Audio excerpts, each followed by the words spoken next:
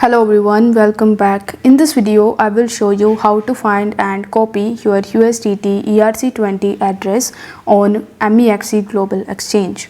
For that, you need to launch your MEXC mobile application and then log into your account if you haven't already. After that, tap on the Wallets tab in the bottom right hand corner of the screen, and here on the overview page, tap on the deposit option. Now here you will be able to see all of the cryptocurrencies that can be sent and received.